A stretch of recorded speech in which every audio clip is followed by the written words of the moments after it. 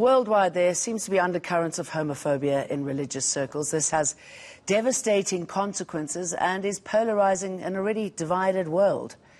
Well, of course, religion and homosexuality is also not debated enough, but theology has a reputation of being superior to philosophy and even human rights. But today, we're looking at the relevance of doctrine and the bare bones of men and women who identify themselves as part of the LGBTIQ+ community. So we're joined now, of course, by Dion Forster, who'll be taking us through this conversation forward. He's a professor at the University of Stellenbosch. She's the HOD there under systematic theology and ecclesiology. Thank you so much, Prof, for your time, and welcome to the South African Morning. I mean, let's talk about where perhaps the world stands, especially when we compare Africa, South Africa, to the rest of the world when it comes to, the LGBTIQ+ community and religion, particularly Christianity.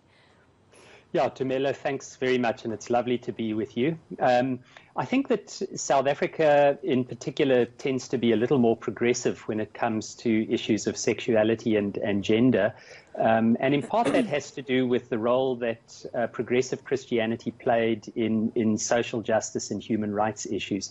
But the moment that we move north of our borders, it's a very, very disconcerting picture.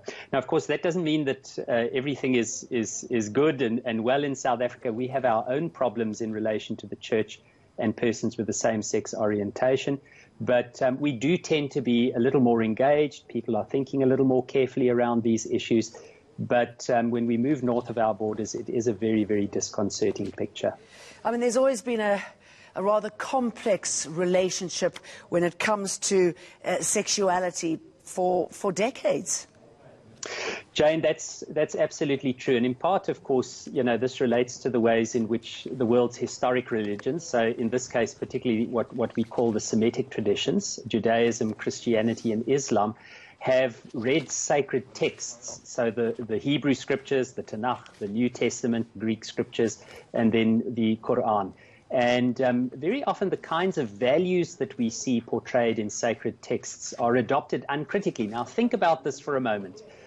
Parts of these sacred texts were written almost 3,000 or even longer than that ago, and people tend to adopt them almost uncritically as if they're addressing the same kind of sexual issues that we deal with today.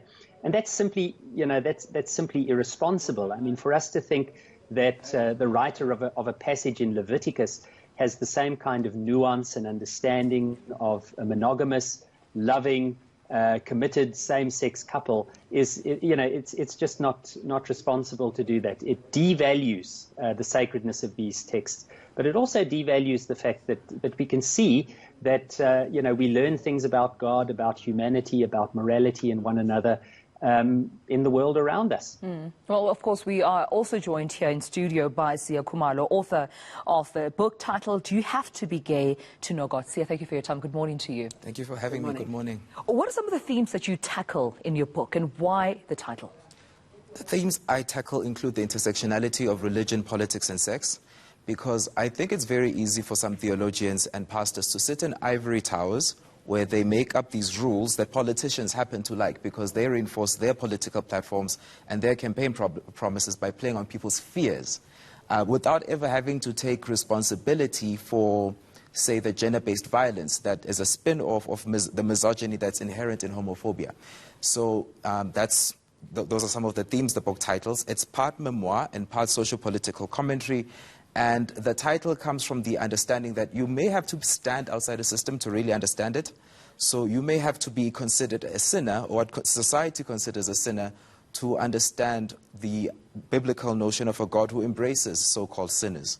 I loved that twist on, yes, so Jesus. Yeah.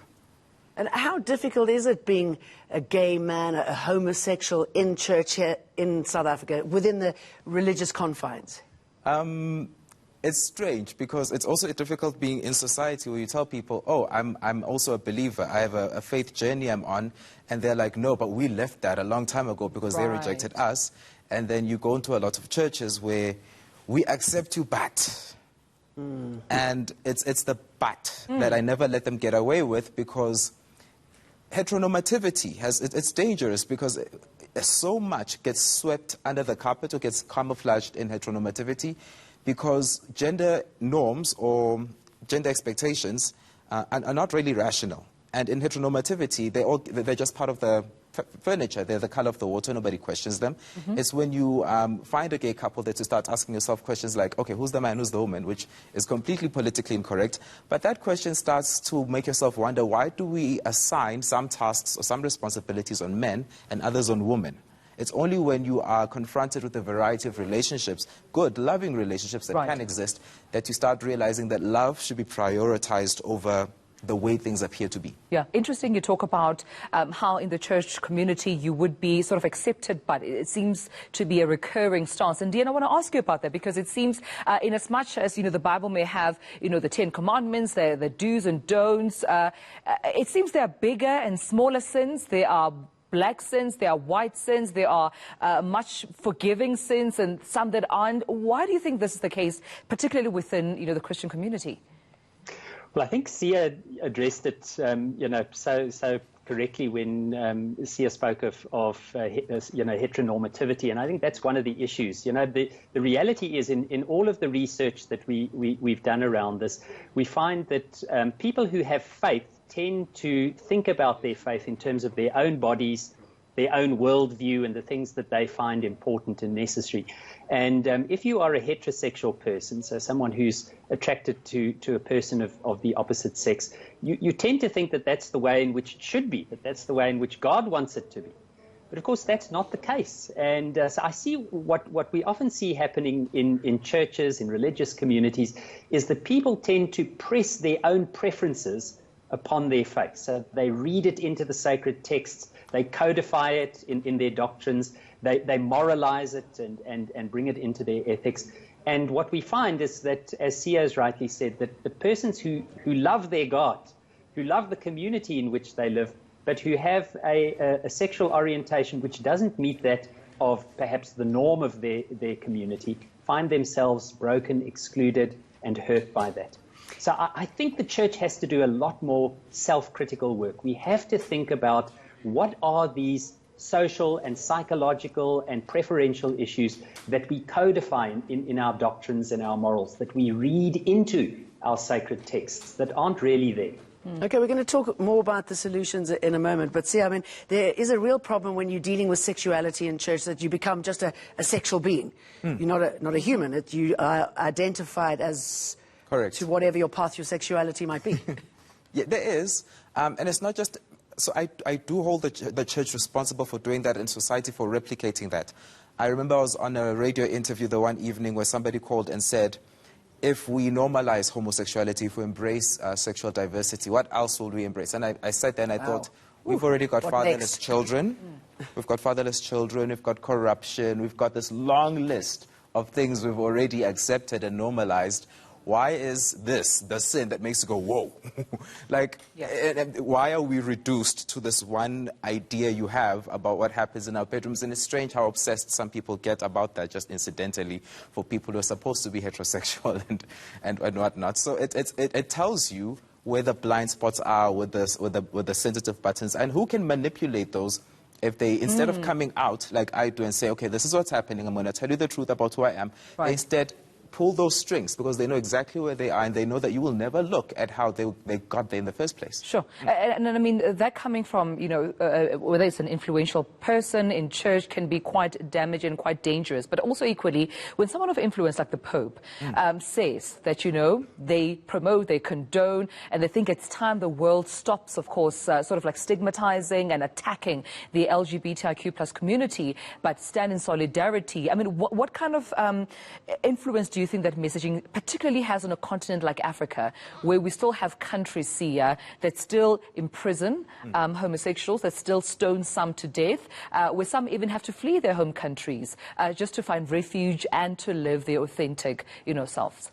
So I consider myself an activist, and we activists on the ground have to be very careful with how we interpret or take apart things that the Pope says, because he'll say on the one hand, okay, we should stop criminalizing it, we should stop beating and ostracizing gay and lesbian people, we should respect, he recently said, we should respect it when they are in civil unions, but the same church institutionally turns around and says this is the way marriage is, they still believe it's inherently disordered, this sexual orientation, and women still cannot become priests. So as we accept that acceptance, we still have to say, okay, this part of it is progressive, and we can leverage it to advocate for progressiveness in the way laws are written and the way society is structured. But we must also be very careful that we're not embracing half an acceptance, a tolerance that is not a full-fledged equality. All right, let's bring in the Archbishop of the Roman Catholic Church, William Matthew Slattery, into this conversation. A very good morning to you. We're talking about, as you know, homosexuality in the church and what needs to be done. I know that you are looking at your doctrine. The aim is to increase inclusiveness. Where are you with that? What sort of timeline are we looking at here? Well, look, we're not only looking at doctrine. First of all, we're looking at people. You know, when we're talking about homosexual activity, yeah, it's one thing, but we have to look at the homosexual person.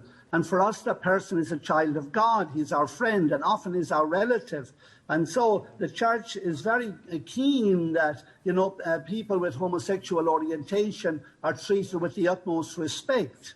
It is true we draw a distinction between orientation and behaviour. You know, people, a minority of people, admittedly, are born with that orientation. And so we understand that. They're totally our brothers and sisters. Many people with this orientation are in our church, and they're welcome in our church. They're our brothers and sisters. You're asking about promoting this.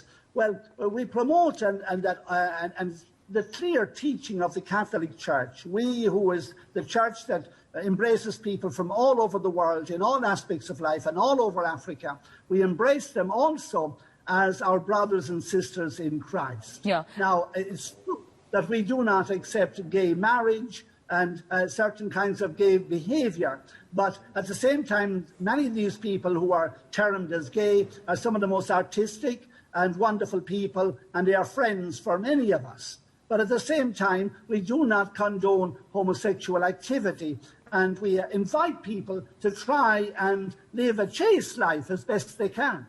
And I mean, on that note, Archbishop, then what do you say about the Pope's statements that civil unions and, you know, homosexual unions need to be supported? Are you saying that those were utterances made in his personal capacity? They do not reflect their institution as a Roman Catholic Church? What's your stance there as an institution? Institution, we totally stand behind what the Pope has said, because, as I say, there are a minority of people who are living in homosexual or gay unions, men and women. We understand them, they're with us, they're our friends, as I say. And when the Pope spoke about, he's talking to governments, he says some of these people are in lifelong relationships. There's whole questions about property, there's questions about earnings and housing and everything else like that, that governments must make arrangements so that these people in their full human capacity are catered for by the legal system of the country. So the Pope, we agree totally with what the Pope has said, but the Pope has also pointed out very clearly, while we must accommodate in the state institutions the reality in which people live the relationships of their lives, at the same time we are not accommodating or calling homosexual unions marriage. Marriage for us is between a man and a woman. It always was, and it always will be. Okay, but isn't that a conflicting message then? You're saying, it's okay, we like you, many of you are really enjoyable and artistic, but you can't get married. I mean, you are negating any of the positive coming out of that message. I mean, Desmond Tutu said he'd rather go to hell than a homophobic heaven. I mean, shouldn't the language be a lot more accepting of everybody? Otherwise, you immediately give people the bullets in which to attack. Look, we totally accept people. We accept individual persons, but we draw a line with, say, homosexual behaviour. We're not actually pointing a finger at people who engage in it, because moral guilt depends on the subjective freedom of the person who makes the choice. But for the strengthening of marriage, marriage must be open to sexuality. Of course, obviously, it's all about that. But sexuality in marriage must be open to life. And this is what homosexual unions are not able to do. The individual homosexual person is our brother, our sister, our friend whom we love. But homosexual unions involve something that is not, in our view of things, according to the design God put into the human person when he created men and women. All right, Sia, we're going to get your comment in just a moment, but I'd like to involve and include you here. Dion, I'm sure you've heard what the Archbishop had to say. I mean, what is your comment on that? I'd like to hear your response, that they do accept the individual, they do regard the individual as their brother, as their sister, as their relative, they say it as their neighbor. However, it's the union with which the institution does not accept. Yeah, I think, look, let me say, two things. The first thing is very clearly the Pope, this particular Pope Francis, is far more progressive than the Church is currently. And I think, the Church still is wrestling with its doctrines and its moral philosophy, its ethics as a result of that. With the greatest respect to His Grace, I can still hear the kind of veiled theological language of sin and sexual sin and immorality and otherness. I mean, who gets to include who here? It's not that the Church gets to include persons with the same-sex orientation. These are members of our churches. And so we need to begin to deconstruct this kind of language that has to do with morality and sin, that somehow a person loving someone of the same sex is immoral or unnatural. So I can still hear some of that kind of veiled language in what His Grace is saying. And I think that, the world is changing and Christians are challenging the Church to rethink these historically traditional doctrines. And I think, as I say, the Pope is far more progressive currently than where the Church is. It's going to take some time, I think, for the Church to catch up to that value. Archbishop, I'm just wondering what your response to that is, and how do you balance the sin versus the sinner? I mean, how do you loathe the sin but love the sinner? Are you speaking to me? Sorry, I didn't catch it. The line is not so good. You're speaking to me. Yes, I was wondering what your response was to what Dion said and how you balance the sin versus the sinner. How you possibly hate the sin but still love the sinner. Well, we understand that the sin also is part of the human expression, but we do not see, we see the human being is designed in a particular way by nature itself. And so in nature, all things designed have a purpose. And the purpose of sexuality is, yes, that man and woman belong to each other, and also that it generates life. That's not possible in homosexual unions. And morality is a very important thing, because once you accept homosexual sex, to be a normative, then you're opening the line to all kinds of sexual activity. We regard sex as something very beautiful, where a human person belongs to another human person and expresses their love for that human person. All right, we have to hold it there, Bishop, because of time. Unfortunately, we'd like to hear more comment, but due to time, Sia, your comments, please. We can't leave this conversation without getting your response to this. Briefly, please. This is why I'm a fallen Catholic, because I couldn't reconcile these perspectives. And if you are going to be consistent about them, you also have to take out contraceptives, which Catholicism says you cannot use contraceptives. Then they said, okay, fine, you can use the rhythm method, or you have sex on certain days, which kind of contradicts the purpose of taking out contraceptives. It's very dangerous in an institution whose, I'm sorry to say it this way, an institution whose staff have rejected sex for themselves get to make up rules about how it's enjoyed and expressed for everybody else, because those rules cannot be reconciled. Sex is a beautiful expression that unites men and women in marriage, fine, but it also has to be open to life. What happens to infertile couples? All right. So, those contradictions at play. Yes. Thanks, Sia. All right, then. Well, that's where we'll leave it, of course, for our debate. But